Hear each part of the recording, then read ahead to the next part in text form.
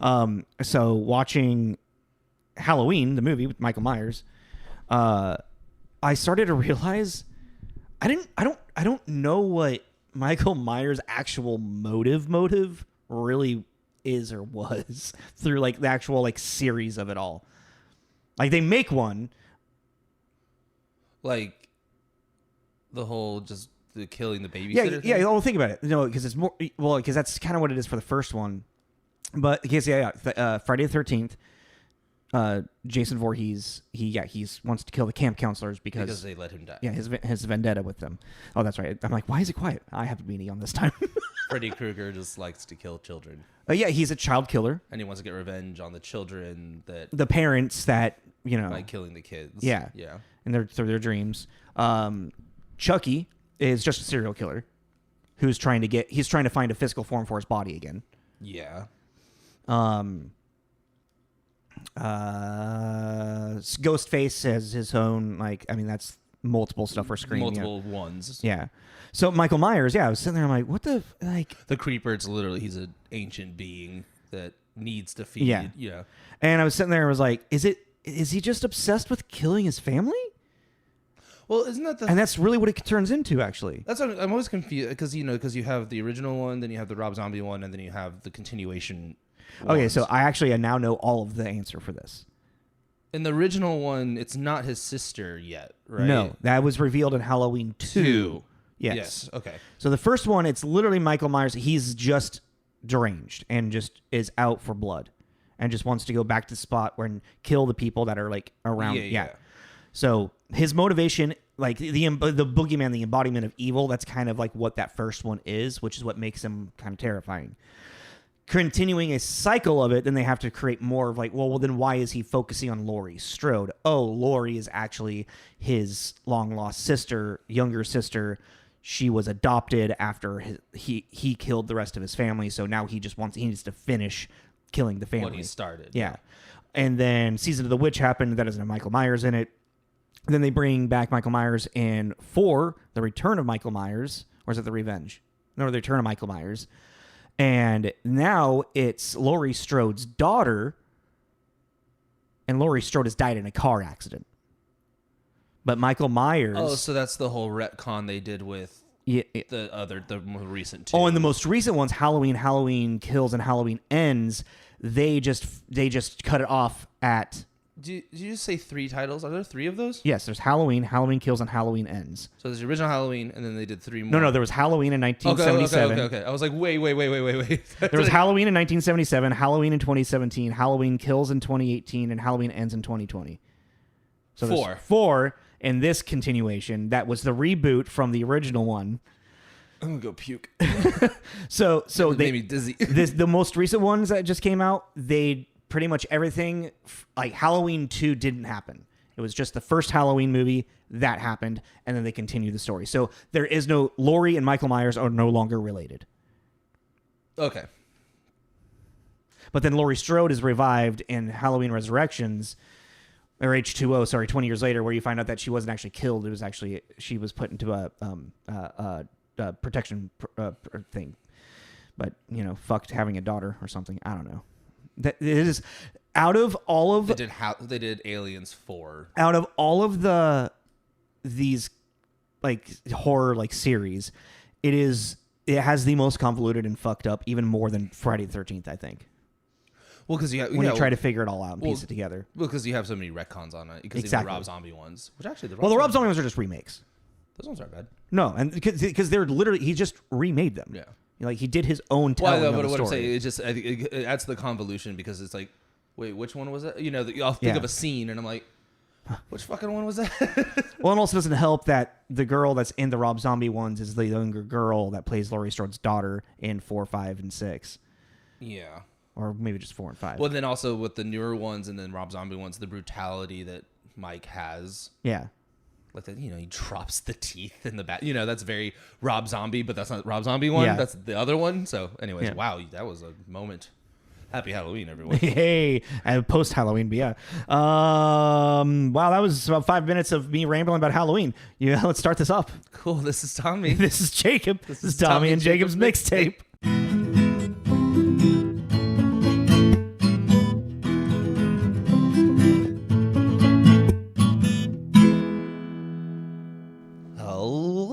everyone? Welcome to episode 161. Yeah. We haven't done this in a minute. What? Feels like actual recording. Yeah.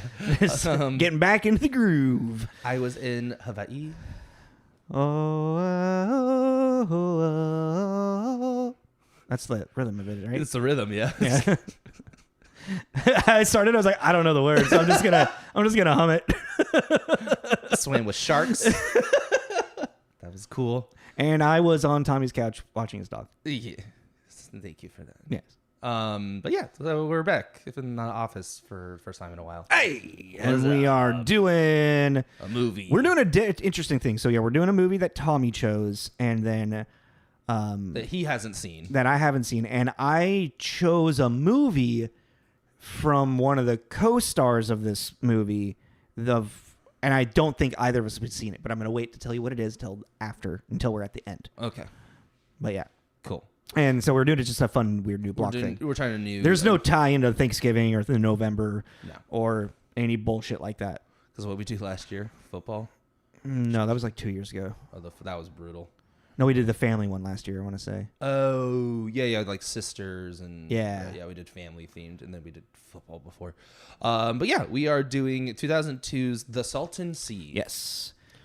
Which is not like salt and sea, which is what I thought it was. You had to explain this to me, that the Salton Sea is a place. It's a location down by like San Diego. Yeah. It's like right on the border of California and Mexico. If you're not from Southern California, you don't know what the fuck this place is pretty much. Yeah, that was a funny conversation. The Salton Sea. No, the Salton Sea. Like salt and sea. So you're like, the Salton Sea? No, the Salton Sea. No, the lead. The lead. The lead. Stop! It burns. It's incredible how much SpongeBob just lives in my head rent free. Okay. If only you could. But yes, The Salton Sea, released April 26th, 2002. Mm-hmm. Quick little synopsis. Basically, a man goes undercover in the underground world of speed, gack, to solve a murder. Yeah. It was also, I was really confused at moments. I was like, wait, are they selling coke or are they selling meth? Like, what are they selling? Because they reference to speed, they reference to gack. Gack is cocaine, speed is meth. I'm like, which one are we doing here? I think they're doing all of them. Just doing it all together. Just doing it all together.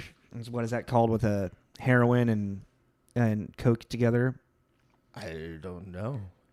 That's what Jim Belushi died of. And I think Chris Farley as well. Sounds like a lot. That's where Meatloaf is. What? Meatloaf is in this movie. Oh, Bo? Yeah, I was trying to figure out. I was like, where the fuck is Meatloaf? The tragic backstory. Why I became Batman. I was just sitting there racking my head. I was like, oh, by the way, I watched this waiting for the plane, and then on the plane, this was I kept looking over like, it's a weird movie to watch like out in public. Why? I don't know. I got weird about it. I think you have a weirder association with this movie than what actually is this movie. Yeah, I don't know. Because also my laptop's huge, so it's like, at least there's no nudity in it. There's not. No, it just looks like a regular ass action movie. Someone looking over is like, oh, he's watching that action movie. Anyways, what do we do next? Well, I mean, so 2002. Did you count the movies? Yes. I counted 56. I got around 42 this time, which I feel is a lot lower than my last one. But I'm also, I can't remember. I have the new notebook, so. But it was just like, it's like if I was to count every movie on the list that I was like, oh, that's like, I'm familiar with that movie, but didn't see it, it would have been like maybe 10, 15 higher. And also, there was no box office. No. For this movie. Well, because it was a bomb. Yeah. It was a flop. $18 million budget, made $1 million. Yeah. This is a minor cult classic. Yeah, I couldn't really find much about the production of it. It's kind of like, it made me think of like Kiss Kiss Bang Bang. That. Not in like theme or anything like that, but in just like. The quietness of it. Yeah. Val Kilmer. Yeah. It also gave me 8mm vibe. I can see that and too. the Yeah. style of it. Okay, And also yeah. like the quietness of it. Like 8mm, I feel like had a little bit more of a presence because Nicolas Cage was a huge fucking star when that came out. yeah, I guess so. No, not that. I was just thinking about like Val Kilmer too. Val Kilmer's always been kind of like, he was big in 80s, early 90s. After Batman Forever kind of ruined his career a little bit. He's also just a very strange actor. He is. Because there's like, even in this, there was moments where he felt really like committed and like the character, and there are other moments where it's like he felt very phoned in. Like certain scenes was just Val Kilmer, and then other scenes was Danny. It was weird. There's moments where I was like, you weren't jiving with the character itself is just a super inconsistent character as well, but written to be that way specifically because the whole of like dual identity struggle, and I don't even 3. Ugh, God, it was tiring. But yeah. Well, let's just get into like director, writer, and all that stuff, and then we can get the reviews and my feelings on the movie, I guess. Well, did you like it? Yeah. I'm so indifferent. How's your burrito? Good. Yeah. Yeah. Okay. It's got salsa. It's got a little bit of beans, meat, and cheese and stuff. You know. Okay, that's fair. I've had better. Yeah. I've had worse. I'm not going to complain about it. I'm not going to send it back, but probably not going to order it I again. might have a couple comments maybe, but you know. I'm not going to order it again. It could have been warmer, I guess. Could have been just wrapped tighter. Yeah. It's kind of spilling out everywhere. A little messy. Oh, is that our new carrot? If you were going to describe this movie like a burrito, what kind of burrito? I like that. That's actually kind of fun. Okay, sorry. Jesus, yes, it's been a while. Director is DJ Caruso. Caruso. Yeah. Oh, wait. Danny Caruso. What is that? That sounds familiar. Who's Danny Caruso? Karate Kid? Yeah, that's Is that Karate his Kid. name? Yeah. That's his name, right? Yeah, it is. Okay. Oh man, that was bothering me. I was staring at that name like, why does Caruso look so fucking familiar? Other movies that DJ directed, Taking Lives, Disturbia, which I actually remember really liking. Disturbia is fun. It's a fun, weird. He does weird movies. Taking Lives, Disturbia is a weird movie, a weird thriller, and then even Eagle Eye. Yeah. That was another weird. That was like AI, I never saw Eagle Eye. AI like fighting against I know AI. nothing about it. Yeah. Okay.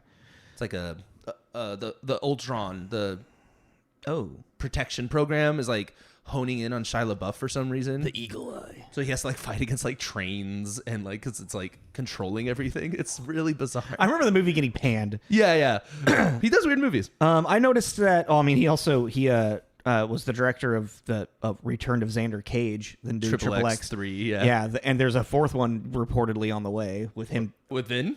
With With Vin Diesel? yeah, and also Because who replaced and him? Caruso was directing Ice Cube. Oh yeah. Weird movie.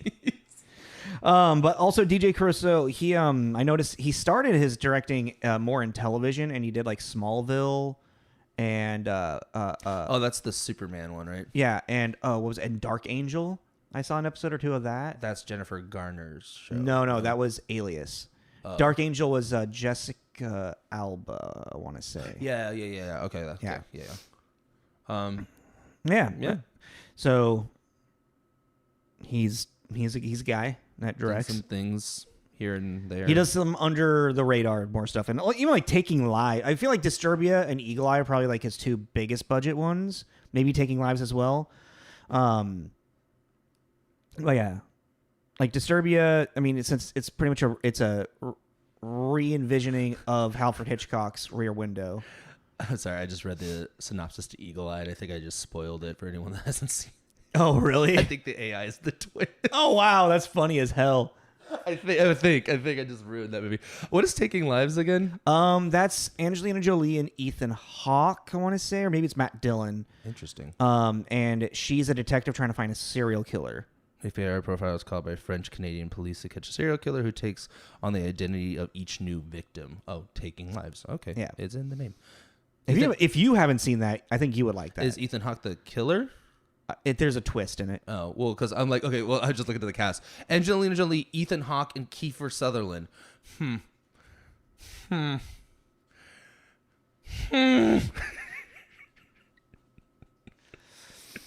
Because either one of them would have been good.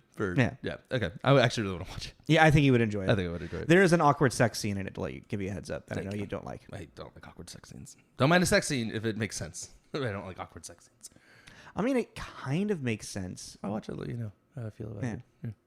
And then our writer is Tony Gayton. Well, the only thing I really noticed is he was a writer for like 27 episodes or something like that of Hell on Wheels. Which I don't know what that is. It's an AMC cowboy drama that takes place after the Civil War. Oh, okay. Following an ex-Confederate soldier trying to find the murderers of his wife who were Union soldiers. And it's taking place while they're like building the railroad. Interesting. Okay. And it's just kind of like it's actually really. Did you watch all of it, or you just see? Some I watched like the first season. Okay. It's like if you like Deadwood, that kind of stuff. Western stuff. Like real, it's a real Western, and you know, like there's we've already had we privately had that conversation of like how I need to start watching Westerns. Yeah, it's just how much cinema I've just missed. But yeah, like Hell on Wheels is a pretty cool show. I mean, the things that the biggest one that I noticed on there was Murder by Numbers, which is a Sandra Bullock movie with a young Ryan Gosling, and she's like a homicide detective. And like the closer she gets to like solving like this murder case that was done by like Ryan Gosling and his high school friend, it's really interesting. I saw it a long time ago. I only have like fragments of memories of it. That's the thing about these two is like I think it'd be a movie that Fallon would really like to watch because it's got Sandra Bullock and Ryan Gosling in it. Yeah. Well, yeah. I was just like looking at both of their like movies like in general that they write interesting things. They're just don't seem executed very well. And that's kind of what I'm noticing as well. Yeah, that's like the common denominator. Yeah, like they're not bad ideas. Yeah, you know, and just in execution, which this is what I feel a lot about this movie in general. Yeah, this movie definitely has an identity crisis. Yeah, and a lot of stuff. I mean, very fitting for the main character as well. Yeah. All right, let's get into the cast because I was very curious to talk to you about this movie. So our lead, like we already mentioned, Val Kilmer, who plays Tom/Danny because he's doing the undercover thing. Oh God! We'll pick one. I really want to fucking his opening goddamn narration. I was gonna get it. It was this. No, it reminded me of Rob Lowe, Salem's Lot. Yeah, because it's terrible. Yeah, it's so bad. It's just not. We'll get into it, but it's that neo-noir thing that just it didn't age well. And if you there's ways to make it not. Yeah, exactly. Yeah. But it's hard to do it nowadays because it is a tried trope. And it just it's because of the noir, it makes it feel very dated, and especially if you don't do it well, it just comes off cheesy and ingenuine and disingenuine. Yeah. Val Kilmer, one of my favorite actors. I loved Val Kilmer for a long time. Kiss Kiss Bang Bang, Tombstone, Willow, which we had to release. Oh, I was like, what did we do when I had COVID, right? Yeah. Batman Forever, which we have that recorded somewhere? Dude. No, I think that was when we were still practicing everything on just your laptop. Yeah. So there was like no way to, Real genius. Split that up. I really want to. I was like, you look like you're looking something up. I really want to find that opening monologue. For Tom? Yeah. Why? Because it tries so hard to be like deep and clever that it literally made me almost want to turn off the movie. Sorry, for people listening, I was just thinking. Yeah, here we go. Well, so after we go like reviews and whatnot, I can bring this up as an example. Yeah, I found it. Yeah. Who do you want to say next? Let's go with like Vincent, I guess. Just a quick shout out to him, since we just did The Cell not too long ago. Yeah, he's our like drug dealer guy named Vincent D'Onofrio. Pooh Bear, which is funny too because we were talking about how he just like he's a chameleon and changes so much. Yeah. I paused at a certain point and I pointed. It showed the screen to Fallon. I was like, "It's your boyfriend," and she was like, "What?" Yeah, she's like, "Ew." I was like, "What's wrong with you?" Who is that? I was like, "It's your boyfriend." And she was like, "That's Vincent." I was like, "Yeah." Mm-hmm. He was amazing. He is the standout in this goddamn film. It's like even just like that introduction of him, which I'm still unsure how I fully feel about because I feel like it's just like too clever, not even clever, just weird. Like him recreating the JFK assassination with pigeons. It was know what it was. It was the psychopaths. I eat my cake before I eat my dinner. Yeah. I'm quirky. I'm a quirky killer. Right? That's what. Oh my god, that is so good. Because it is. It's just like you're like, oh, I'm just crazy. He's like, look how crazy I am. I fed you brains, but not human brains like you thought. He was almost like a comic book villain. Yeah. Yeah. Yeah. Or like even like towards the end when he gets shot, he's just I'm just a cowboy and my horsey. Giddy up, I'm just a cowboy. Yeah, it's like what? I get it, speed, but like, goddamn, what's happened? Legends say he doesn't sleep anymore because he's taking too much gack and he lost his nose. Yeah, it's like I did like that little detail. I thought that was a cool villain origin story. Oh, like why he lost his nose? Yeah, it just was like it's because it's in like immediately unnerving. Yeah, because you're like, oh, well, you know, like I get things happen, but it's also like he's this guy that has done so much speed. They cut off his nose, and so we call him Pooh Bear. Because cute little Pooh Bear. You're like, because what? Pooh was always getting his head cut and stuck in the honey jar because he couldn't stop getting the honey. It's like it's kind of a reach of a nickname, but it works as well. Yeah, because it's cute. Yeah, and it also kind of like this for the character creates this separation of like he is disfigured. He is no longer human. Like he's lost a piece of his humanity. That's what they're trying to do. I feel like that was kind of like the scope of his character. Yeah. Like, yeah. Yeah. Yeah. Because he's unhinged. Yeah. And the most unhinged people have some weird fucking shit, you know, maybe missing something. He's also living in the desert in Palmdale. Yeah. All right. We're spending a lot of time on Vincent that we didn't want to. I got Doug Hutchison next. Yes, who plays one of our cops. Yeah. I really only know him from Green Mile. That's what I always think of. He's in like 2 or 3, no, just 2 episodes of the X-Files. Why did he? We just talked about him. Why did we just talk about him? I brought up Green Mile and you brought up the 2. Why did we talk about him? I can't remember. Was he in something else recently? No, because was he in one of these? I think you were talking about Familiar Faces. Oh. Because he's kind of one of those familiar faces. I don't know. Okay, anyways.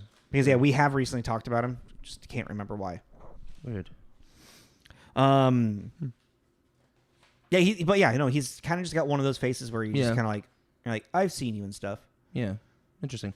And then I got the other cop, Anthony LaPaglia, who plays Al, who's hella one of those faces I recognize, but I can't figure out what. The first one that comes to mind for me always is Empire Records. He's Joe. He's the actual manager of the record store, with the ponytail. Yeah, I always think he's the guy in City Slickers, but he's not. Which guy in City Slickers? Well, there's Billy Crystal. There's Home Alone. What's his name? I can't remember. Home Alone guy, and there's the third friend with the mustache. Oh, and Daniel Schneider is Home Alone guy. But yeah. And then also he's Mike Myers' brother or friend, I can't remember, in So I Married an Axe Murderer. Is he? Yeah, he's Oh my god, that is him. Yeah. Oh, funny. Okay, there you go. I was like, I know him from, because I really like that movie. I was like, I know him from somewhere. Yeah. Okay. And then shout out to Deborah Kara Unger, who I only know from Silent Hill. She's the mom, right? Was that her? Yeah, that was her. Oh, wow. Very unique face. Yeah. Very unique bone structure. Yeah. I guess I didn't really recognize it with like the lip piercing and beat up makeup. Like she looks ragged in this movie. She looked rough. And then just honorable mentions. Peter Sarsgaard. He's more of an honorable mention than me. He's a very important character. I was like, he's the best friend Jimmy. He's my favorite character in this entire movie. He's the most genuine, nice dude. Yeah. I love it when he's asking like, "Hey, what does JFK stand for?" Oh yeah, thanks for not laughing at me. Yeah, I was just really like, sweet. I was like, dude, yeah, oh my god. And then just real quick, BD Wong, who played Bubba, which I just was like, I'm just so used to him being the psychiatrist. It was weird to see in Gotham. Huh? Oh, that's right. He's also a psychiatrist in SVU. He's always the doctor. He's the doctor in Jurassic Park. Do you not remember who he is in Gotham? No. God, what's his name? Who's he in Gotham? The psychiatrist that bald. Hugo Strange? He's Hugo Strange. He's Hugo Strange? He's Hugo Strange in Gotham. Well, that's kind of cool. I can't believe you didn't recognize that. I don't remember Hugo Strange being, for what I watched, I don't remember him being introduced. He's the one that runs all the underground like experiments. Oh, where fish gets captured? Yeah. Oh, I just started watching and we just got there. So we're just about to... Yeah. Okay. So yeah, BD Wong, R. Lee Ermey, which I just thought was a fun little... Who? R.E. He's always the drill sergeant, the yelling. He's the dad. He's the wife's dad. Yeah, that's right. Yeah, small role. Yeah. Meatloaf. Small role. Danny Trejo for 10 seconds. Small role. Gets murdered. I just thought it was like Shirley Knight, who's grandma's boy. It's got actually like the strangely bigger cast than you would think. Because like even like Adam Goldberg. Is in it with Hebrew Hammer. Yeah. Wow. Louise Guzman is in it. Yeah, which I totally called his character as soon as I saw him. Oh yeah, but yeah, I was really kind of surprised about how many familiar faces were in this. But yeah, what do we do now? Reviews? Yeah, you got to give us our numbers. Do you have them? Yes. So IMDb has this sitting at solid 7 flat, 7.0 IMDb rating. Its tomato meter rating is at 63% on Rotten Tomatoes, and then an 82% audience score on Rotten Tomatoes. So it's a little all over the place. Well, yeah, even the reviews too. I mean, it totally makes sense. Like, I see the good in this film, but I see the downright awful as well. Well, so getting into Tommy's review corner. So for positive, we have 10 positive, 9 mixed, and 11 negative. Okay. Out of your 10 positive, what is the highest rating? 80 out of 100. Okay. But I think that's something we should also start like distinguishing as well. Yeah. Okay. Yeah. Because like a positive doesn't mean like because like positive begins at 70 or 65. I think 60. 60. Okay. Because the lowest one on the positive is 63. Okay. So yeah, I think it's like 60 or 50. For positive, 75 out of 100. Stephen Ray at the Philadelphia Inquirer. A slick, stylish, hard-boiled caper filled through a druggy haze and borrowing a bit of Memento, revenge motif, and Pulp Fiction playfulness.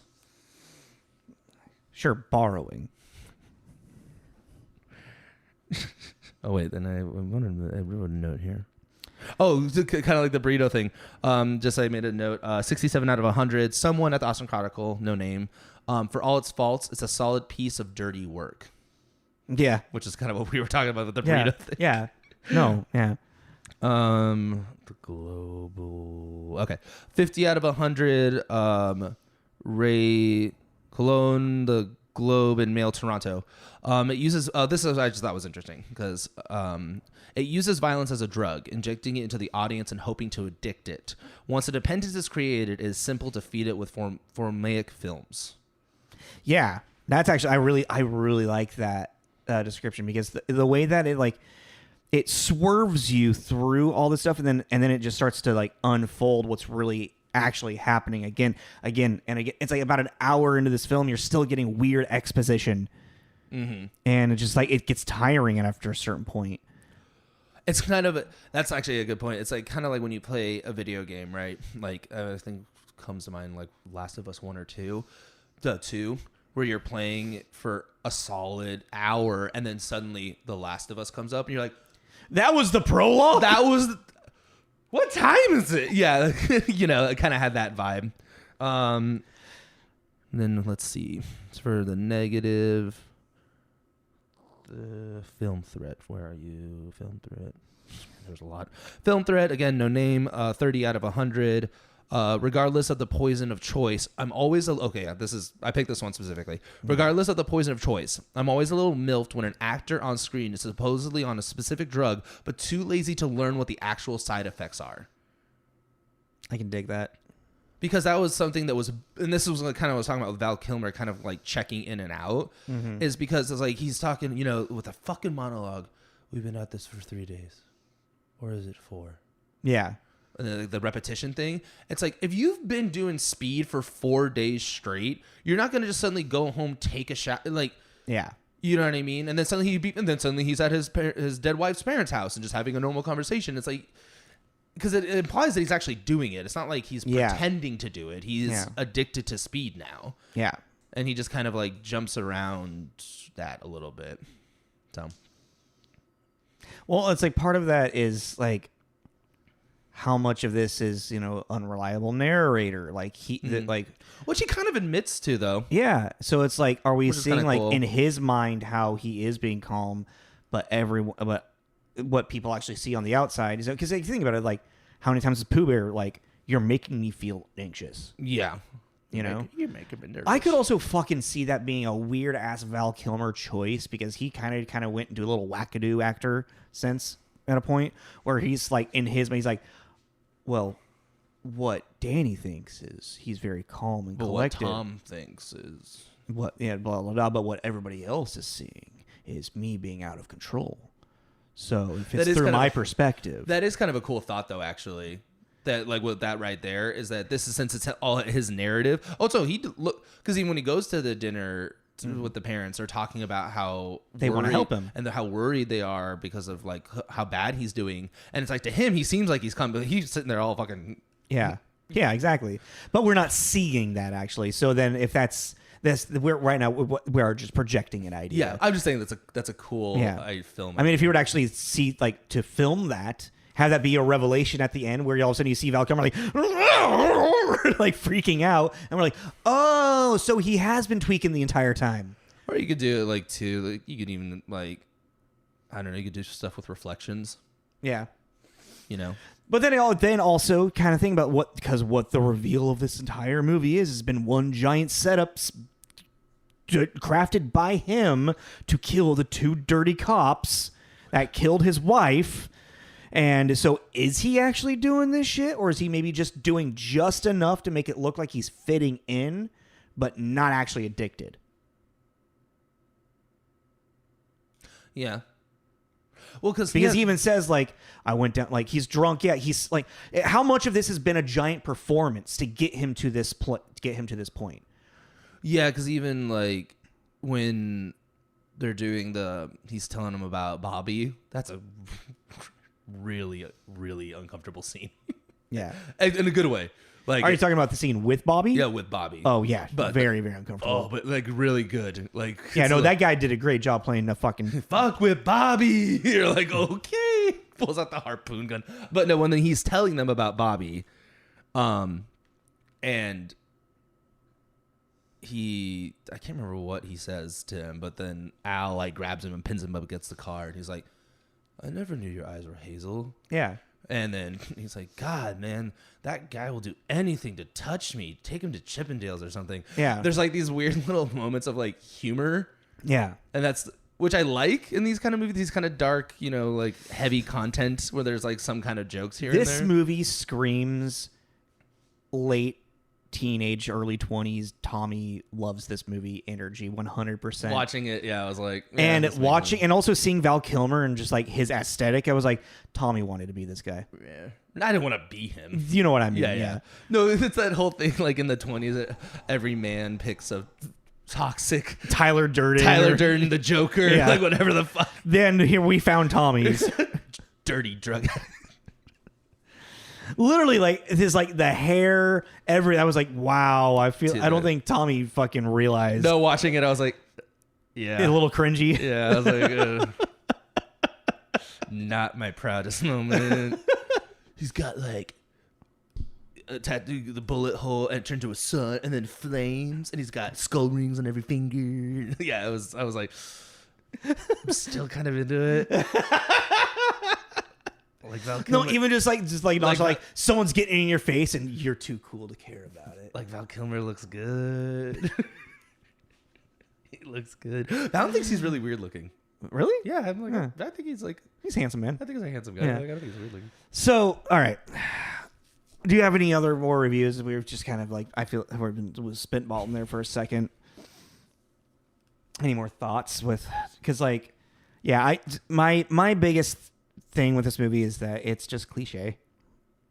I mean, what did I write? It's not predictable, but it's not surprising. It's like, oh, like when BD Wong is an FBI and it's like he's getting in, and then I was like, oh, well, that's a weird twist. Oh, but I don't know. I don't really care. Well, there's also I don't know. That's just the thing. It's like even with the BD Wong thing too. It's like, okay, it's a generic movie, but enjoyable to watch. But it's like with the BD Wong thing. Okay, so he's an undercover he's an undercover FBI agent. Yeah. But they make him this like over the top Texas cowboy. Yeah. With the painted truck, and you're like, why? Like, there's a lot of whys in this. Yeah. But then there's also there are a lot of half-baked ideas that aren't fully like baked or fleshed out. Well, because it's like they're trying to do this. That's the thing. Is like they're trying to do this seedy underground speed thing, but then they're also trying to do like a murder thriller mystery. Yeah. But then they're also trying to make like jokes about the drug addiction, like the whole stealing Bob Hope's stool sample. Make it seem a little train spotting-ish. Train spotty, you know. Where this is like a weird Danny Boyle meets Guy Ritchie meets Tarantino. Meets there's someone else in there too. There's a lot of personalities in this. Meets Scorsese, like wanting Scorsese. Yeah, it's like it's like it's got a huge Departed feel to it. With the undercut, the dual lives thing. That's interesting. Actually, wait. There's also like Oh damn it! Wait. That's funny. You said Scorsese. Someone actually said that too. Was it a mixed? I can't remember.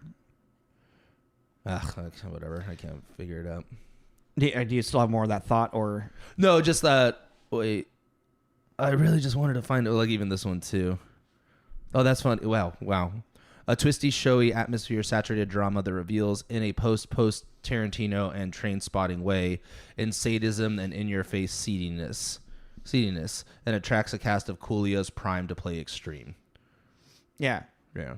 But even the Memento, because who did Memento? Nolan. Oh, right, Nolan. There he is. There's the fourth. There's the other one, Nolan.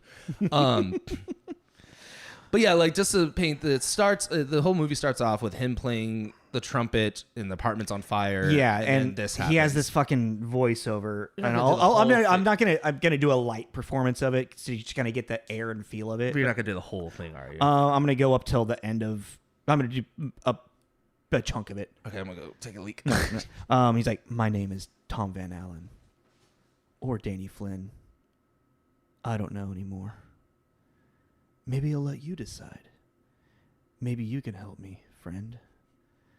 As you can see, I don't have a hell of a lot of time left. Oh, wait, I think it's missing a thing, because he says something like, am I avenging angel? Judas Iscariot? Loving husband? Prodigal son? The Prince of Denmark? All of these, none of these. You decide, friend. You decide. Like, put the stop jerking yourself off right now. It's super. The characters comes. Oh, and that's that whole breathy thing. Yeah, that's. But like, okay, so the 5 things that he lists here. It's like, it's like it's a writer thinking they're writing something smart and clever, because you got an avenging angel. You know, thinking about like everything he's done in this movie, an avenging angel, like Judas because he's a snitch. Judas because he's such a loving husband because of his the prodigal son. I'm not fully sure how to really piece that one in there, but then like the Prince of Denmark, it's Hamlet. I didn't know that one. Yeah, so I'm just saying, like, as soon as I'm listening, I'm hearing him listen, like Jude. I'm like, okay, loving it, and I hear him like the Prince of Denmark. I'm like, you fucking think highly of yourself over here, Mister Fucking Hamlet. Okay. Well, yeah, but you have this whole thing with the trumpet and the fire, and it's super melodramatic, and then he goes into the whole tweaker. He's like, you decide, trumpet player, speed freak. That's a good place as any. Yeah, and then he goes into this. Then it cuts into this weird. But first, a little background on the mad world of the tweaker. Yeah, and then it goes into this monologue of like the evolution from being created in Japan during World War II to now the 2000s, which is actually it's kind of it's a fun little history lesson. Well, and it's also a fun montage. But this is where it starts to feel like a Guy Ritchie film. Yeah, that's what I'm saying. It's first is melodramatic, and then it's kind of the zany kind of like, you know, it shows the cook's house exploding. And so why the fuck is he a trumpet player? Like, it's never explored, But I did like and he throws his trumpet into the sea at the end, to show that he's reborn a new man. He's now the third rendition of this person who has no fucking name. We don't have a name yet. You decide, friend. Who hopefully goes and like helps Jimmy get sober, and they can like live a fucking happy life together. Poor Jimmy. Dude, I actually kind of in a light, happy way, teared up a little bit when it was Jimmy saving him. I was like, I saw the tattoo. I was like, he's saving him. This is so sweet. He's the nicest friend ever. Oof, roof. I'm a dog. God, yeah, Vincent. But yeah, so like this whole movie is this really weird folding out of this. It twists, it turns. So yeah, like it really. He's a speed freak, and then we find out that he's a snitch, and then we find out that he snitched on the wrong person, and so now he needs to skip town. The cops are telling him, he's like, you need to get the fuck out of town. You're not going to be our snitch anymore. So he decides to do a big score one last time to get the money to get out of town, is what he's telling people. Which then you find out that who he's setting up this big score with is actually the FBI, and that actually he then reveals that the two cops that he's been working with as a snitch are actually the two cops that killed his wife. Because they're dirty cops. Because then they reveal actually that there was a moment, like why he's all weird is because his wife got murdered in front of him at Salton Sea stop, and they didn't realize that they were in a meth den.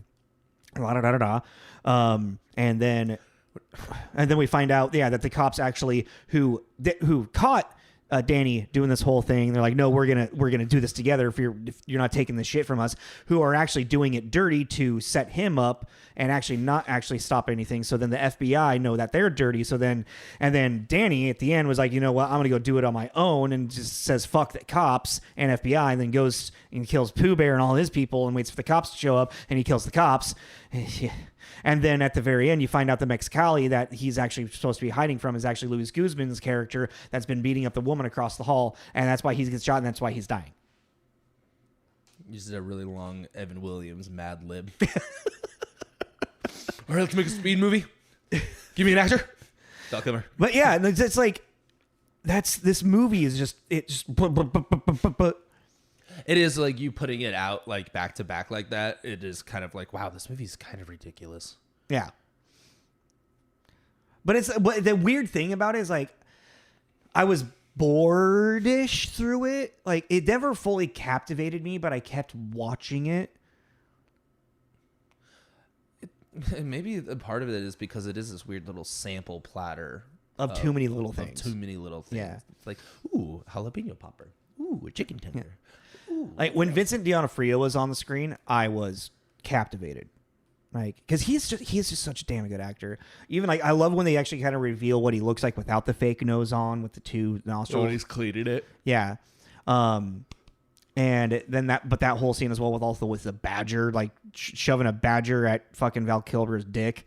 Just like, it was his voice and his like little wheeze that he did. Every now and then I cut off a little piece and put it in my dinner.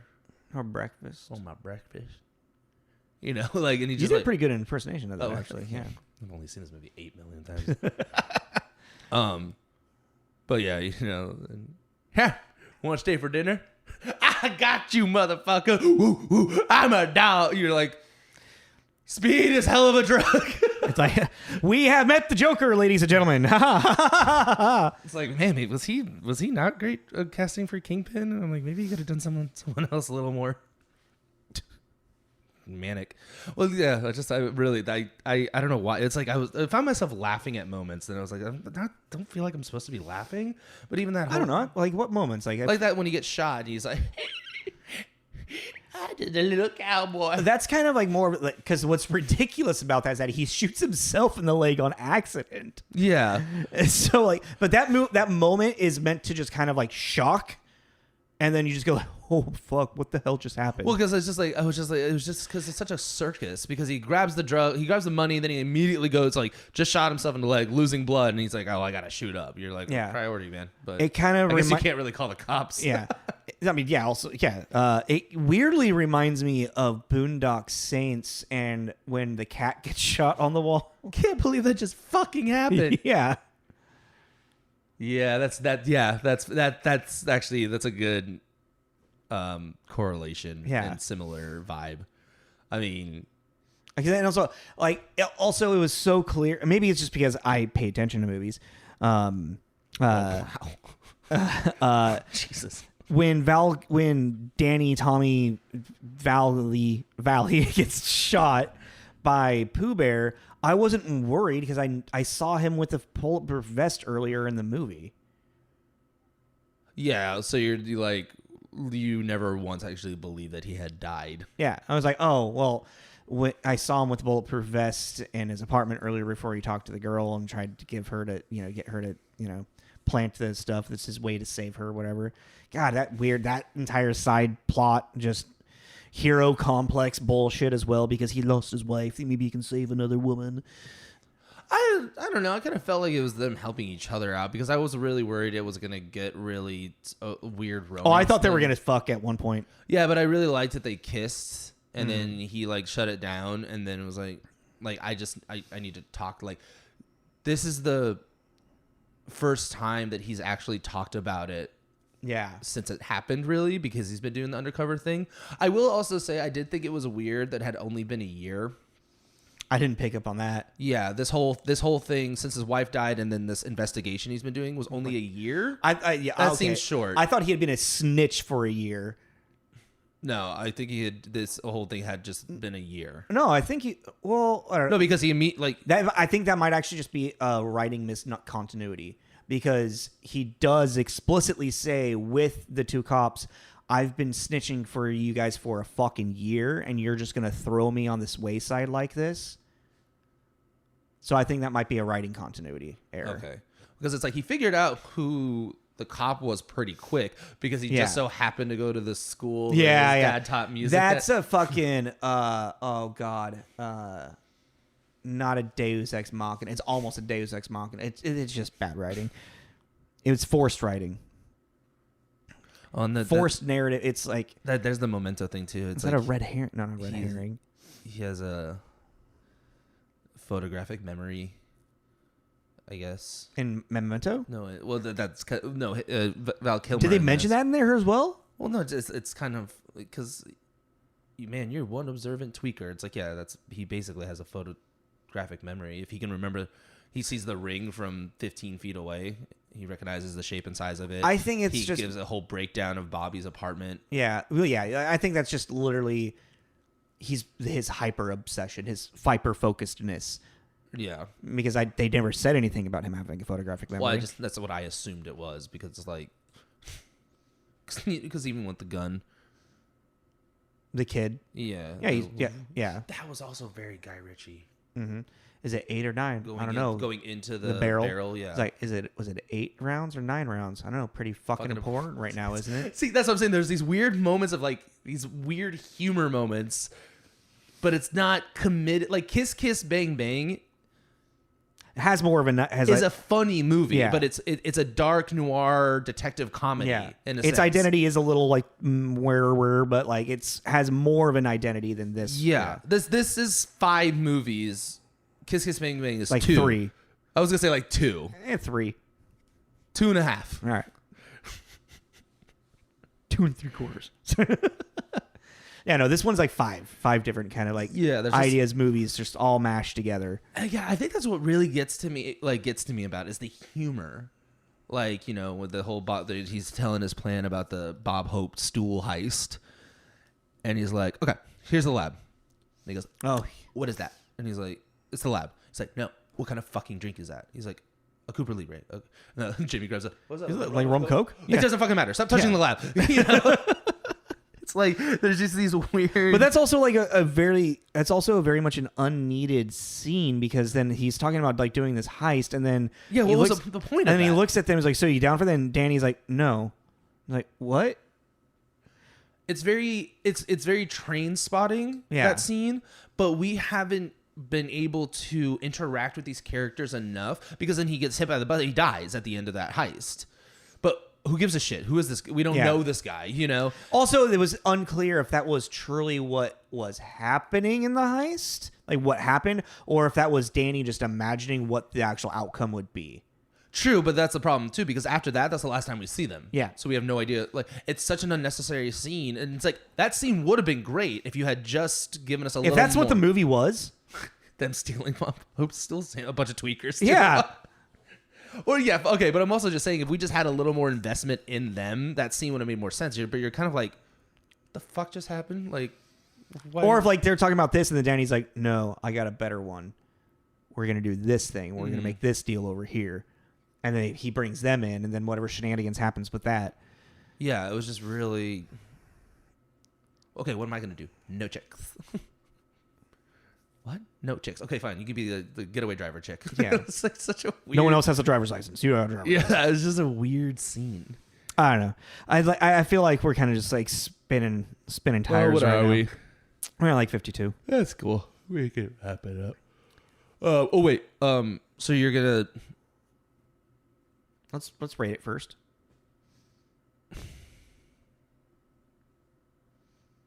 I'm saying like a 2.5. Yeah. Just middle road. Yeah, because I still enjoyed it. Yeah. There's like elements to it. I still liked it. 2.5. Yeah. All right. Let's just pencil it in. Yeah, 2.5 because it's like it's so 2000s. So for very, people, very, very early 2000s. I feel like for people our age, around in our bracket, they might get a kick out of it just because it is super like 2000. I don't think anyone. Like, I have no reason to ever watch this movie again. That's the thing. Like now, I probably don't really. I was actually very interested how you like after watching it, how you were gonna feel because I don't know the last time you watched it, but every time you've brought it up, you type it up.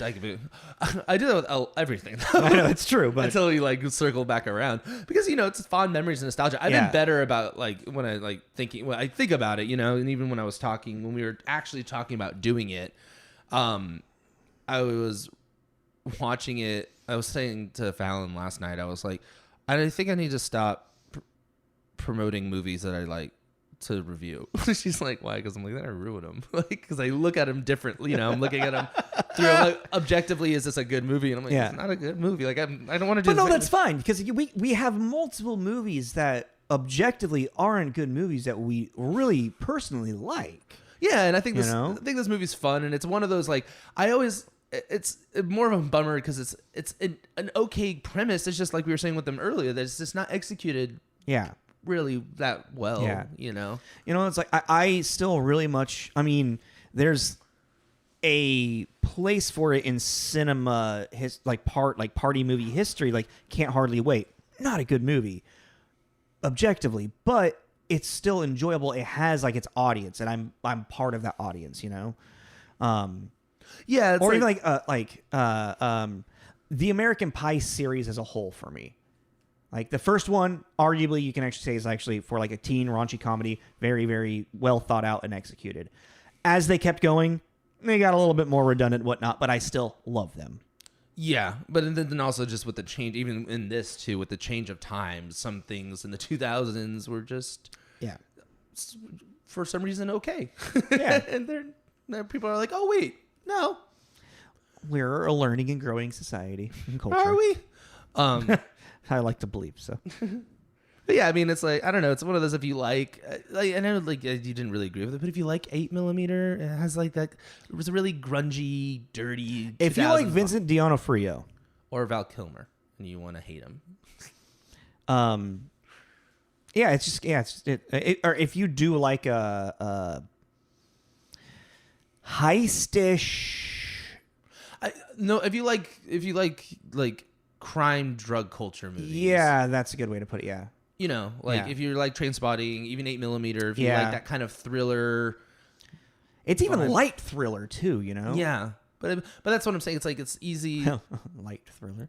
It's digestible. It's not as like heavy as Memento, because Memento, there's a lot. That's a psychological thriller. Like a lot going on. This is like and 8mm is an intense thriller. Yeah, like this is a way more. I mean, it's Trainspotting feels more on par of like it's like thrillerness.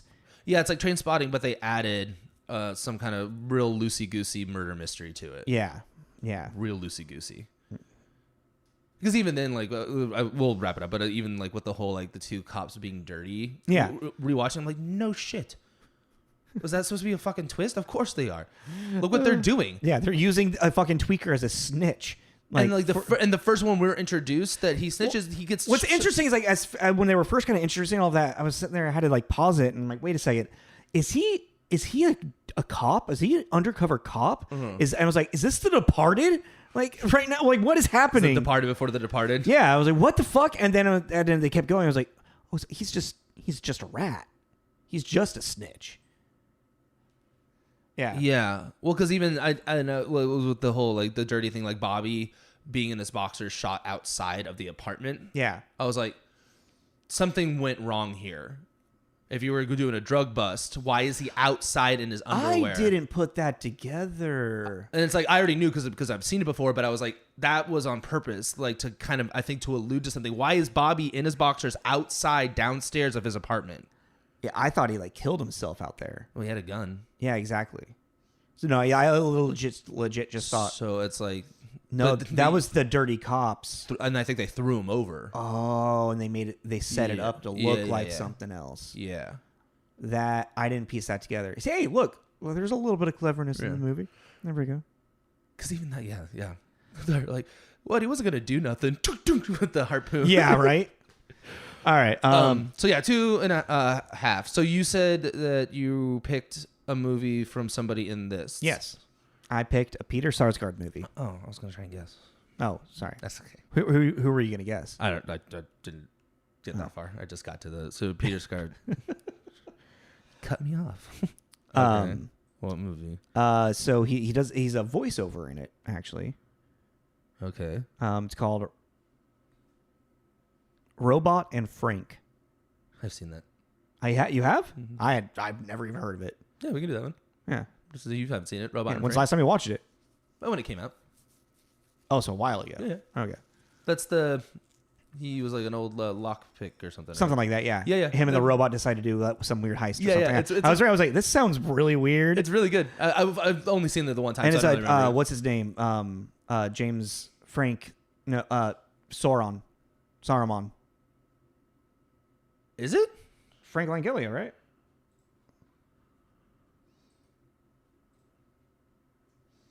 No, Sauron is Christopher Lee. Oh, you're right. Frank Langella. Yeah. Frank Langella. God damn it, where is it at? Yeah. What year was it? 2012. Okay, yeah, so I haven't seen it in 10 years or whatever, so that's good. Yeah, let's do Robot and Frank. Frank Langella. And hold on a second, just like, because I'm pretty sure he played fucking Dracula at some point as well.